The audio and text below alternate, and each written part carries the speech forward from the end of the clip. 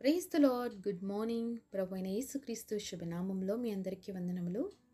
ఎలా ఉన్నారంటే అందరు బాగున్నారా? దేవుని మహాకృపను బట్టి మీరందరూ క్షేమంగా ఉండాలని అనుదినం దేవుడి సన్నిధిలో మీ అందరి కోసం ప్రార్థన చేస్తున్నాను. చిన్న ప్రార్థన చేసుకుందామా? మమ్మల్ని ఎంతో మిక్కిలిగా ప్రేమించినటువంటి మా ప్రియ పరలోకమందున్న తండ్రి, నీ ఘనమైన శ్రేష్టమైన నామాన్ని బట్టి వందనాలు ప్రభా. ఉదయకాల సమయంలో నాయన నీ సన్నిధిలో ఉంటున్న మా అందరితో మాట్లాడండి ప్రభా. ప్రతి హృదయాన్ని చూస్తున్న దేవుడు, ఎవరికి ఏ మాటలైతే అవసరం ఉన్నాయో తండ్రి, నీ మాటల చేత మా అందరితో మాట్లాడి మమ్మల్ని ఓదార్చి ధైర్యపరచమని, ఈ స్వరాన్ని వినిపింపచేయమని యేసు నామంలో ప్రార్థిస్తున్నాము తండ్రి. ఆమేన్. ఈరోజు దేవుని వాగ్దానము యెహెజ్కేలు గ్రంథము 36వ అధ్యాయము 26వ వచనం. నూతన హృదయం మీకు ఇచ్చెదను, నూతన స్వభావము మీకు కలుగజేసెదను. Ezekiel chapter 36 verse 26. A new heart also will I give you, and a new spirit will I put within you. దేవుడు ఇచ్చినటువంటి అద్భుతమైన వాగ్దానం మనందరి జీవితంలో నెరవేర్చబడును గాక. ఆమేన్. ఈరోజు దేవుడు మనకి నూతన హృదయాన్ని ఇస్తాను, నూతన స్వభావాన్ని కలుగజేస్తాను అని చెప్పి అద్భుతమైన మాట ఇచ్చారు కదండి. మరి ఎప్పుడు మనం నూతనంగా మార్చబడతాం? ఎప్పుడు మనం పాత నుంచి కొత్తగా ఎలా మారగలుగుతామంటే, ఎవడైనా నువ్వు క్రీస్తునందున్న ఎడల వాడు నూతన సృష్టి, ఇదిగో పాతవి గతించను సమస్తము కొత్తవాయనని దేవుడి మాటల్లో చూస్తూ ఉన్నాం. ఈరోజు మీరు క్రీస్తును కలిగి ఉన్నారు అంటే మీకు నూతన హృదయం ఉన్నట్లు, అలాగే క్రీస్తుతో పాటు మీరు నడుస్తున్నారు అంటే మీకు నూతన స్వభావం ఉన్నట్లుగా మనకు అర్థమైపోతుంది ఈజీగా. అంతే కదండి. ఒకప్పుడు మనం ఎలా ఉన్నాము, ఇప్పుడు ఎలా ఉన్నాము, క్రీస్తులో ఉన్నప్పుడు ఎలా ఉంటున్నాము, క్రీస్తు లేనప్పుడు మన జీవితం ఏంటి అనేది మనకే బాగా అర్థమవుతుంది. అలాగే మనల్ని చూస్తున్న ప్రతి ఒక్కరికి కూడా అర్థమవుతుంది. మార్పు అనేది మన ఇంటర్నల్గా రావాలి అండి. చాలాసార్లు మనము పైకి మాత్రమే మారిపోతుంటాం. అంటే ఎదుటి వాళ్ళు చూడడం కోసము కొన్నిసార్లు నటిస్తూ ఉంటాం. కానీ ఈ పైన నటన అనేది ఎన్ని రోజులు కూడా ఒక వ్యక్తి జీవితాన్ని మంచిగా మార్చలేదండి. నిజంగా నువ్వు నీ హృదయపూర్వకంగా మారగలిగితే, నీ హృదయం మారితే, నీ స్వభావం మారితేనండి, ఆ ఇంటర్నల్గానే కాదు కానీ నువ్వు ఎక్స్టర్నల్గా కూడా ఆటోమేటిక్గా కనిపిస్తావు. ఒకసారి యోహాను సువార్త 4వ అధ్యాయము 28వ వచనం చూద్దాము. ఆ స్త్రీ తన కుండను విడిచిపెట్టి ఊరిలోకి వెళ్ళి, మీరు వచ్చి నేను చేసినవన్నీ నాతో చెప్పిన మనుష్యుని చూడుడి, ఈయన క్రీస్తు కాడా అని ఆ ఊరి వారితో చెప్పగా. ఇక్కడ మనం ఒక స్త్రీని చూస్తున్నామండి. ఈ స్త్రీ ఏం చెప్తుందంటే, ఆ ఊరిలో ఉండే వాళ్ళందరికీ నేను చేసినవన్నీ నాకు చెప్పారండి, మరి ఈయన క్రీస్తు కాడా అని చెప్తుందనమాట. మరి ఈ స్త్రీ ఇప్పుడు మారింది కాబట్టి ఊర్లోకి వెళ్ళి చెప్పగలుగుతుంది. కానీ మారినప్పుడు తన పరిస్థితి ఏంటో తెలుసా?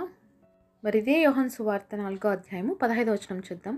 ఆ స్త్రీ ఆయనను చూచి, అయ్యా, నేను దప్పికొనకుండునట్లు చేదుకున్నటకింత దూరం రాకున్నట్లు ఆ నీళ్లు నాకు దయచేయమని అడగగా, ఇక్కడ సమరయ స్త్రీ దేవుణ్ణి అడుగుతుంది, అయ్యా, నాకు ఈ జీవజల పూట కావాలి, నాకు ఇవ్వండి, ఎందుకంటే ఇంత దూరం వచ్చి నేను నీళ్లు చేదుకోవాలంటే నాకు చాలా కష్టంగా ఉంది అని చెప్తుంది. ఎందుకు ఆమె అలా చెప్తుంది అంటే, ఒకసారి ఇదే అధ్యాయంలో 6-7 వచనాలు చూసినట్లయితే మనకు అర్థమవుతుంది. అక్కడ యాకోబు బావి ఉండెను గనుక యేసు ప్రయాణం వలన అలసి ఉన్న రీతిని ఆ బావి వద్ద కూర్చుండెను. అప్పటికి ఇంచుమించు 12 గంటలాయెను. సమరయ స్త్రీ ఒక్కతే నీళ్లు చేదుకొనుటకు అక్కడికి రాగా, యేసు నాకు దాహం కిమ్మని ఆమెను అడిగెను. మరి యేసయ్య ప్రయాణం చేసి అలసిపోయి వచ్చి ఆ సమరయ స్త్రీ వస్తున్నటువంటి ఆ బావి దగ్గర కూర్చున్నారు. అది యాకోబు బావి అని ఆ బావికి పేరు. అయితే ఆ సమరయ స్త్రీ మాత్రమే ఆమె ఒక్కతే ఉంది అని చూస్తున్నామండి. ఒకసారి ఆలోచించండి, ఎందుకు ఒక్కతే ఉంది? నీళ్ళకి మనము ఊర్లలో చూస్తూ ఉంటాం కదండి, అందరు కూడా స్త్రీలు కలిసి వెళ్ళి నీళ్ళు తీసుకొని వస్తూ ఉంటారు. మళ్ళీ అలాంటిది ఇంచుమించు 12 గంటల టైంలో, మరి 12 గంటల్లో ఎవరైనా ఆడవాళ్ళు బయటికి పోతారా అంటే పోరనే చెప్పాలి. ఇంట్లో చాలా బిజీగా వంటలు చేసుకుంటూనో పనులు చేసుకుంటూ ఆ టైంలో ఇంట్లోనే ఉండిపోతారు, ఎవరు బయటికి రారు. కానీ ఈ స్త్రీ మాత్రం ఎందుకు వచ్చింది అంటే, ఎందుకంటే ఈమె పాపాత్మురాలైన స్త్రీ, ఎందుకంటే తిను పాపం చేసేటువంటి వ్యక్తి. మరి తినుకున్నటువంటి మరి భయంకరమైనటువంటి పాపపు అలవాటును బట్టి తను మనుషుల మధ్యలోకి వెళ్ళలేనటువంటి పరిస్థితి, మనుషులతో కలవలేనటువంటి పరిస్థితి. మరి యేసయ్య ఆమె దగ్గరికి వెళ్ళి అడుగుతున్నాడు, అమ్మ నాకు దాహంకి అని అడిగితే అప్పుడు అంటుంది, యూదులైన మీరు సమరయులైన మా దగ్గర నీళ్ళు ఎలా అడుగుతారని చెప్పి మరి యేసయ్యతో తాను మాట్లాడుతూ వచ్చింది. మరి ఆ జీవపు ఊట నాకు ఈ దేవుడా, నాకు ఆ నీళ్లు కావాలి అని చెప్పేసి తను అడిగితే యేసయ్య అంటాడు, అమ్మ నీ పెనిమిటిని తీసుకురా అంటే, నాకు పెనిమిటి లేరంటే, మరి ఇప్పుడున్న వాళ్ళు నీ పెనిమిటి కాడా అని దేవుడు ప్రశ్నించినప్పుడు మరి తన స్థితి ఏంటో ఆమెకి అర్థమవుతుందన్నమాట. 18వ వచనం ఒకసారి చూద్దాము. నీకు 5 పెనిమిట్లుండ్రి, ఇప్పుడున్నవాడు నీ పెనిమిటి కాడు, సత్యమే చెప్పితివ నేను.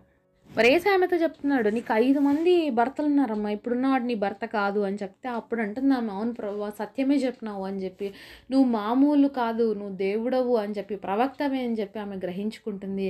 మరి ఎప్పుడైతే ఏసైతో తను మాట్లాడిందో, తన స్థితి ఏంటో ఏసై తనకి చెప్పాడో, అప్పుడు మనం మొదటిగా చదివాం కదా, కుండను విడిచిపెట్టి ఊర్లోకి పరిగెత్తింది. ఏ స్త్రీ అయితే ఎవరిని కలసకూడదని, ఎవరితో మాట్లాడకూడదని, తన అంటే ఇష్టపడరని, తనంటే ఎవరికి నచ్చదని భయపడిందో, ఆ స్త్రీ ఇప్పుడు ఏం చేస్తుంది, తన చేతిలో ఉన్నటువంటి కుండను పడేసి ఊర్లోకి పరిగెత్తి వెళ్ళి, నేను చేసినవన్నీ నాతో చెప్పిన ఏసైని మీరు కూడా చూడండి, ఈయన క్రీస్తు కాడా అని చెప్పి పరిచయం చేస్తుంది. అంటే ఏసైతో మాట్లాడినటువంటి ఆ స్త్రీ జీవితం ఏ విధంగా మారిపోయింది అనేది మనం అర్థమవుతుందండి. మరి ఏసయ్య మాట్లాడినప్పుడు ఆ స్త్రీ తన జీవితాన్ని మార్చుకుంది. మరి ఏసైతో మాట్లాడుతున్నప్పుడు తన బ్రతుకు మారిపోయింది. ఏసైతో మాట్లాడుతున్నప్పుడు తన స్వభావం మారిపోయింది. తను తప్పు చేస్తుందని తనకు అర్థమైపోయింది. తన పాపి అని తనకు అర్థమైపోయింది. అందుకనే కుండని విడిచిపెట్టి పరిగెత్తినట్లుగా చూస్తున్నాం. ఈరోజు ఏ పాపపుని నువ్వు మోస్తున్నావు, ఏ కుండగా నువ్వు కలిగి నీ జీవితంలో క్యారీ చేస్తున్నావో, ఈరోజు ఆ కుండను నువ్వు విడిచిపెట్టాలి. నీ స్వభావం మారాలంటే, నీ పరిస్థితి మారాలంటే, నీ జీవితం మారాలంటే, నీ బ్రతుకు మారాలంటే, ఏ పాపం అనే కుండను ఉన్నావు దాన్ని వదిలేయాలి దేవుడి సన్నిధిలో. అది పగలగొట్టబడాలి. అది నీ దగ్గర నుంచి వేరు చేయబడాలి. అప్పుడే నువ్వు క్రీస్తు కొరకు గొప్ప సాక్షిగా ఉండగలుగుతావు. పాపంతో సహవాసం చేస్తూ పాపంతో ఉన్నటువంటి ఈ స్త్రీ మనుషులను చూసి భయపడిపోయింది. కానీ ఎప్పుడైతే ఆ పాప స్వభావాన్ని దేవుడి సన్నిధిలో ఒప్పుకుందో అప్పుడే విడిచిపెట్టేసింది. కాబట్టి ఇప్పుడు ధైర్యంగా ఊర్లోకి వెళ్ళి చెప్పగలుగుతుంది, నేను చేసినావని నాతో చెప్పిన ఏసైని మీకు కూడా చూపిస్తాను రండి అని చెప్తుంది. ఈరోజు నువ్వు నేను ఏసైని తెలుసుకున్నాం, నా జీవితాలు మారినాయి. మౌనంగా ఉండడానికి వీల్లేదండి. ఎంతోమంది జీవితాలు, ఎంతోమంది ఏసైని ఎరగక వాళ్ళ జీవితాలు నాశనం అయిపోతున్నాయి. ఏసయ్య ప్రేమ తెలియక ఎంతోమంది లోకంలో పరితపిస్తున్నారు. అలాగే పాపంలో కొట్టుమిట్టాడుతున్న వాళ్ళు ఉన్నారు. వాళ్ళ జీవితం మారాలి, వాళ్ళ స్వభావం మారాలి, వాళ్ళ హృదయ తీరు మారాలి. అప్పుడే అదే వాళ్ళకి ఆశీర్వాదకరము, అలాగే సొసైటీలో ఉన్నటువంటి మనకు కూడా అదే ఆశీర్వాదకరము. కాబట్టి ఈరోజు మరి నువ్వు తెలుసుకున్నటువంటి ఏసైని ఎవరికైనా ఎప్పుడైనా పరిచయం చేసావా? ఏసై గురించి ఎవరితో ఎప్పుడైనా మాట్లాడావా? పాపాత్మురాలైన స్త్రీ ఊర్లోకి వెళ్ళే ధైర్యం లేని ఈ స్త్రీనే పరుగులు తీసి వెళ్ళి మరి ఏసై గురించి చెప్పినప్పుడు మరి నా జీవితం మార్చబడిన తర్వాత మనం ఎలా మౌనంగా ఉండగలుగుతున్నాం? మరి ఈరోజు మన స్వభావాన్ని మార్చాడు దేవుడు, మన హృదయ స్థితి మార్చబడింది, మన బ్రతుకు మార్చబడింది. మరి ఇప్పుడు మనం మౌనంగా ఉండడానికి వీల్లేదు. ఏ విధంగా అయితే ఆ స్త్రీ అనేకులకు వెళ్ళి క్రీస్తు ప్రేమను ప్రకటించగలిగిందో, ఏ రీతిగా అయితే అనేకులకు వెళ్ళి క్రీస్తు ప్రేమను తను తెలియజేయగలిగిందో, మరి నువ్వు నేను కూడా ఆ విధంగా తెలియచేయాలనేది దేవుడు ఉద్దేశం. ఎందుకంటే ఎంతోమంది తెలుసుకుంటారండి, యేసయ్య ప్రేమ తెలియని వాళ్ళు యేసయ్య గురించి తెలుసుకుంటారు. కాబట్టి ఇది నా బాధ్యత. అందుకనే దేవుడు మనకి నూతన హృదయాన్ని ఇస్తాను అంటున్నాడు. ఎందుకంటే మనం మారినప్పుడు ఎదుటి వాళ్ళు మనల్ని చూసి దేవుని తెలుసుకుంటారు. కాబట్టి ఈరోజు నువ్వు మారావా? నీ స్వభావం మారిందా? లేకపోతే క్రైస్తవుడని ఒక ట్యాగ్ వేసుకొని మాత్రమే ఇంకా అలానే ఉంటున్నావా? మాటల్లో మార్పు లేదు, ప్రవర్తనలో మార్పు లేదు, జీవితంలో మార్పు లేదు, బ్రతుకులో కూడా మార్పు లేని స్థితిలో క్రైస్తవుడని చెప్పుకుంటున్న స్థితిలో ఉన్నట్లయితే దయచేసి ఈరోజు నువ్వు యేసయ్య దగ్గరికి రా. సమరయ స్త్రీతో మాట్లాడిన దేవుడు, సమరయ స్త్రీ మారిపోయినట్లుగా ఈరోజు నువ్వు నేను మారగలిగితేనండి మన ద్వారా కూడా అనేక మంది క్రీస్తుని తెలుసుకుంటారు. మన హృదయాల్లో సంతోషంతో నింపబడతాము. అలాగే అనేకులకి కూడా క్రీస్తు యొక్క సంతోషాన్ని అందించేటువంటి గొప్ప సాధనాలుగా మనం ఉండాలని దేవుడు ఎప్పుడు ఆశిస్తున్నాడు. కాబట్టి మరి మార్చబడదామా? దేవుని అడుగుదామా నూతన హృదయం ఇవ్వమని, నూతన స్వభావాన్ని ఇవ్వమని.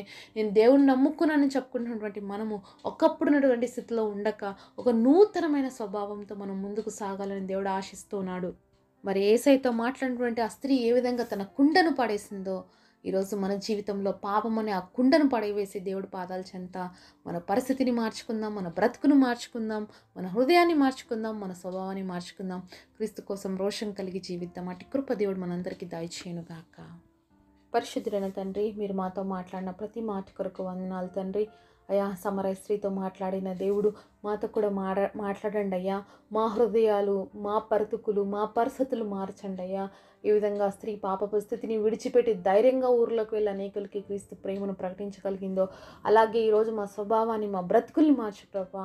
నీ కొరకు రోషం కలిగి జీవించడానికి, అనేకుల మధ్యలో సాక్షిగా నిలబడడానికి మా అందరికీ కృపనివ్వమని, ఈ గొప్ప వాగ్దానం అందరి జీవితాలను నెరవేర్చమని యేసు నామములో ప్రార్థిస్తున్నాము తండ్రి. ఆమేన్. ఈరోజు బర్త్డే అలాగే వెడ్డింగ్ యానివర్సరీ సెలబ్రేట్ చేసుకుంటున్న మీ అందరికీ కూడా wish you happy birthday and happy anniversary.